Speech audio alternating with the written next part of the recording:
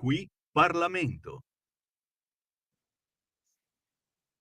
Benvenuti su Radio Libertà, canale 252 Radio DAB, ospite a cui Parlamento l'onorevole Laura Cavandoli. Benvenuta. Grazie, un saluto a tutti. Allora, recentemente, proprio ieri in realtà, è stato approvato il DDL Sport. Quali sono gli obiettivi di questa nuova legge? Anzi, non ancora legge perché comunque deve passare al Senato, e com'è stata l'approvazione alla Camera? Esatto, questo è un decreto legge che è partito chiaramente dal governo per rispettare quello che il nostro paese si è impegnato a fare, cioè è nato proprio per dare dei contributi economici e organizzativi per le Olimpiadi Milano Cortina 2026, ma anche, ci teniamo tutti a sottolinearlo perché sono eventi strettamente collegati alle Paralimpiadi Milano Cortina 2026, proprio perché sono eventi che vanno, che si accompagnano fra di loro, che sono strettamente collegati, chiaramente saranno quelli paralimpici successivi ai Giochi Olimpici.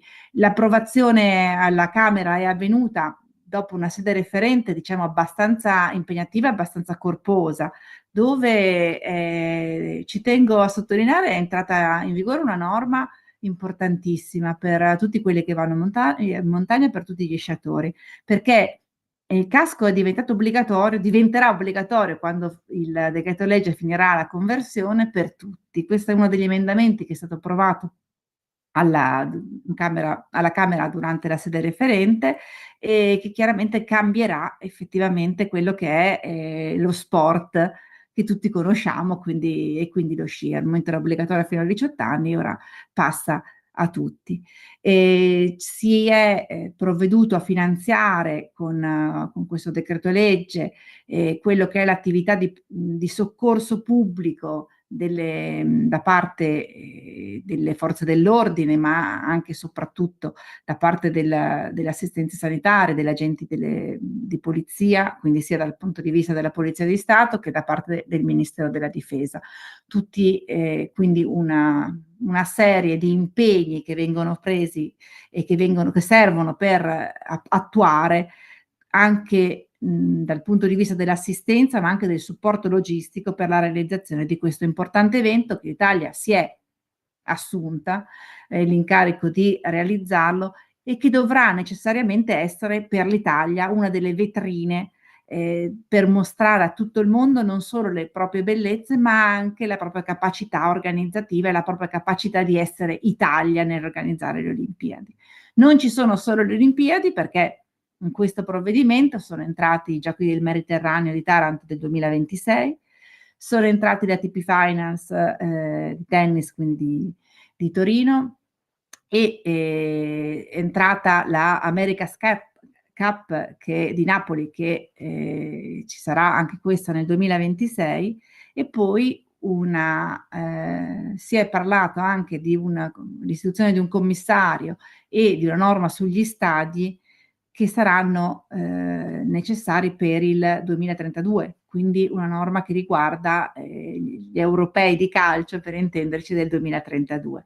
Quindi tanto sport, tanti eventi sportivi di eccellenza che saranno organizzati dall'Italia in Italia, che porteranno il nostro paese a mostrarsi, di svelare le proprie caratteristiche. Se pensiamo da Taranto all'America's Cup, agli europei di calcio che andranno nelle città, e a Milano Cortina, insomma, e veramente stiamo mostrando il lato migliore del nostro paese, il lato migliore dello sport. Tutto questo, devo dire, è nato anche in esecuzione di una delle prime leggi che abbiamo approvato in questa legislatura, che era una legge costituzionale, cioè la modifica dell'articolo 33 della Costituzione, con l'introduzione dello sport nella Costituzione, nel benessere dello sportivo, nel benessere dello sport, e proprio in cui si valorizza lo sport e quello che può, diciamo, gli effetti positivi che provoca in una società lo sport, non solo dal punto di vista del benessere psicofisico dello sportivo, ma anche del tifoso. Tra l'altro in questi giorni ci sono i mondiali di nuoto che ci stanno dando grandi soddisfazioni, almeno con i soddisfazioni. tuffi e col nuoto di fondo. Quindi effettivamente siamo un paese in cui lo sport è molto sentito, non solo dal divano, ma anche per i nostri ragazzi, per i nostri sportivi che insomma ci stanno dando veramente da fare e ci stanno portando nelle vette del mondo. In concreto poi che cosa cambia per quanto riguarda l'organizzazione degli eventi? Perché prima hai citato bene Milano Cortina, questo DDL va proprio a incidere anche sull'organizzazione di questi grandi eventi come Milano Cortina, ma così come tanti altri che hai citato anche prima. Sì, fra l'altro è proprio il motivo per cui le opposizioni hanno votato contro, per quello che un po' non ci piace che ci sia questa contrarietà, perché nel momento in cui si vanno a organizzare grandi eventi, peraltro specialmente in un momento in cui insomma, sono così vicini, perché effettivamente saranno i primi mesi del prossimo anno, quindi si stanno avvicinando sempre di più queste Olimpiadi e i Giochi Paralimpici di Milano Cortina. È chiaro che occorre una normativa snella, una normativa che permette di concludere le opere necessarie che sono in corso, che permette quindi di, accollando la responsabilità a un commissario spesso per portare a termine le opere che vanno ultimate. E poi soprattutto è stata affidata alla società Sport e Salute anche la possibilità di gestire gli impianti, di modo che questi impianti possano avere un futuro, cioè che non si chiuda con la fine delle Olimpiadi e dei Giochi Paralimpici la vita di questi impianti. Quindi si va a riprogrammare, a utilizzare tutto quello che tutti gli investimenti che sono stati presi anche dal punto di vista infrastrutturali, perché non abbiano diciamo una fine come purtroppo successe in altri luoghi. Quindi su questo devo dire si va a applicare una normativa un po' più snella, un po' più rapida, proprio perché sia tutto pronto per l'inaugurazione. Come dicevi prima, poi l'opposizione ovviamente ha votato contro. C'è chi ha parlato di costi eccessivi, c'è anche chi ha parlato di un'eccessiva centralizzazione dell'organizzazione di questi eventi. Che cosa rispondete voi all'opposizione che, come al solito, solleva polemiche quasi abbastanza sterili in questo senso? Diciamo che su questi eventi la posizione, se fosse stata al governo, avrebbe fatto le stesse cose. Questo è, ahimè, la verità. È chiaro che le critiche ci sono, ci devono essere, i costi sono quelli preventivati, per cui non è che si va a uscire da quanto era stato preventivato.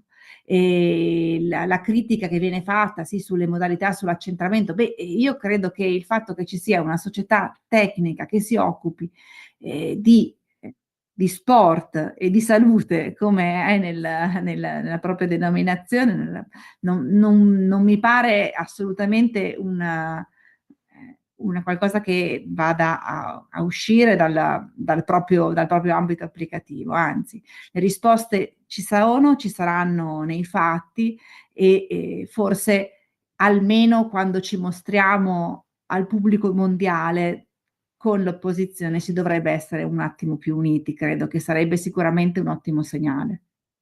Assolutamente sì, manca un po' a questo paese quando si va incontro ai grandi eventi, un'unità politica anche dall'opposizione, proprio perché si tratta di eventi importanti che attendiamo da anni e che si spera che l'Italia faccia anche bella figura in questo senso. Ma soprattutto con tutti gli scongiuri scaramantici che si possano fare, credo che saremo tutti felici di festeggiare insieme, magari qualche vittoria, ma comunque sia la riuscita. Esattamente.